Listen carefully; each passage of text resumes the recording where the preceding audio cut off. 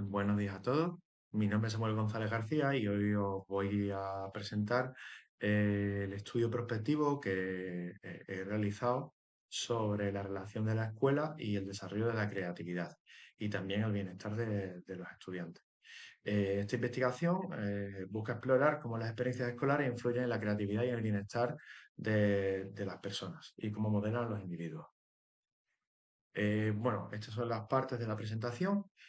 Como veis, tiene una estructura formal clásica y pasamos a la introducción. Principalmente la motivación del estudio es una controversia que existe entre el impacto de la escuela y el desarrollo de la creatividad.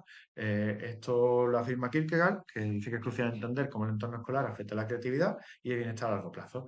Y al igual hay autores y comunicadores que dicen que la escuela, como por ejemplo George Blunt, tiene un impacto negativo en el desarrollo de la creatividad.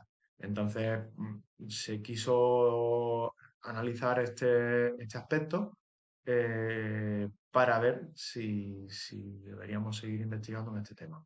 La importancia es obvia, como bien dice la presentación, estamos hablando de una cosa que es básica, que es el bienestar de las personas a largo plazo y el desarrollo de la creatividad. Y este trabajo se encuadra dentro del desarrollo de mi tesis doctoral, que básicamente está centrada en el estudio del ajuste escolar de los estudiantes a través de un proceso participativo con investigación acción participativa.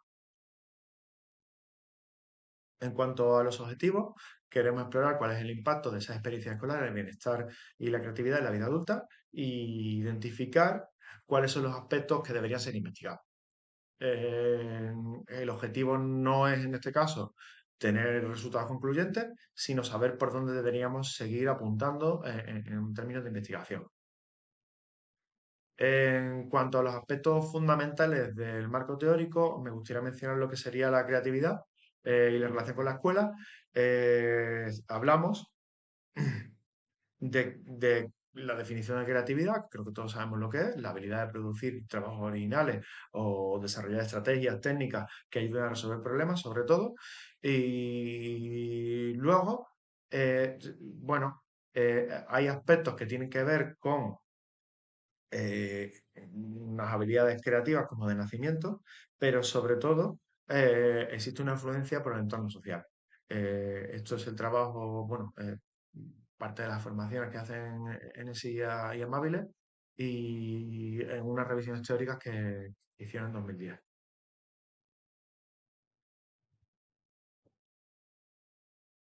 En cuanto a metodología, lo que se ha realizado es un cuestionario a personas adultas de diferentes edades y géneros y se ha realizado un análisis cuantitativo de los resultados.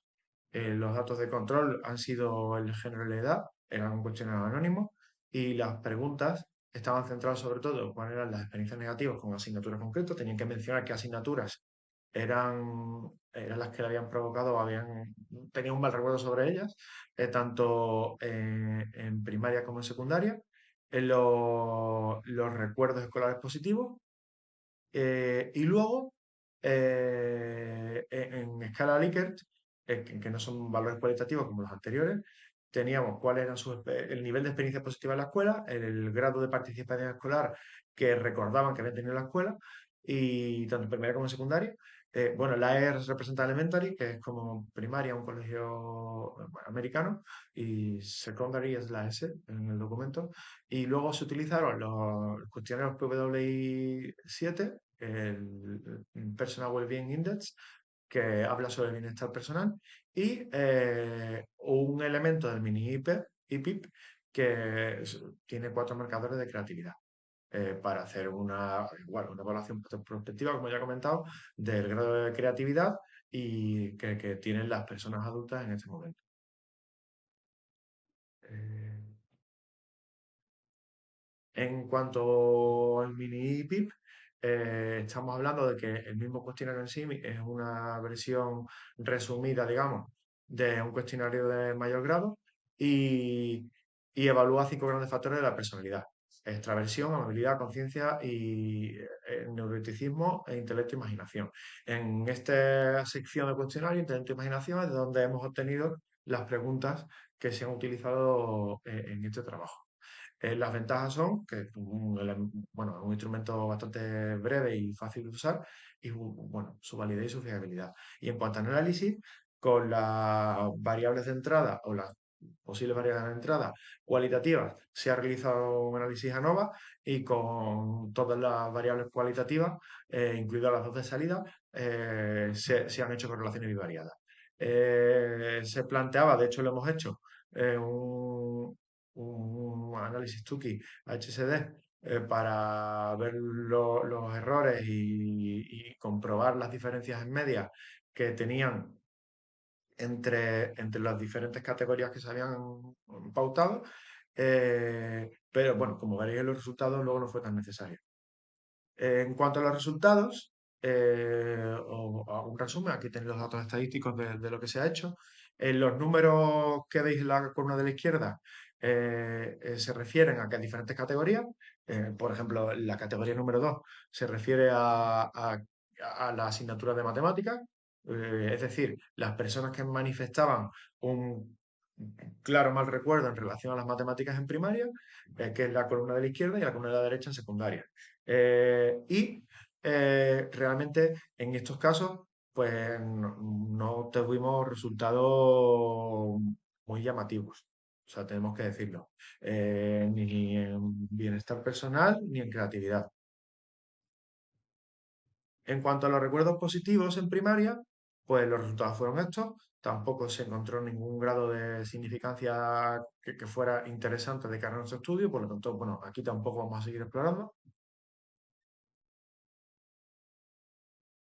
En cuanto a los recuerdos positivos en secundaria, pues como se puede ver, aquí estamos hablando de una significación que no es lo suficientemente, no cumple con los parámetros, pero sí que ya se acerca al 0,05 que consideramos el umbral de significancia. Cuando observamos las medias, sí que pudimos ver que cuando una persona había manifestado recuerdos positivos en secundaria en los aspectos de socialización o en los aspectos académicos, pues sí que se consideran a sí mismos personas más creativas, según lo que han reportado en el cuestionario mini-PIP.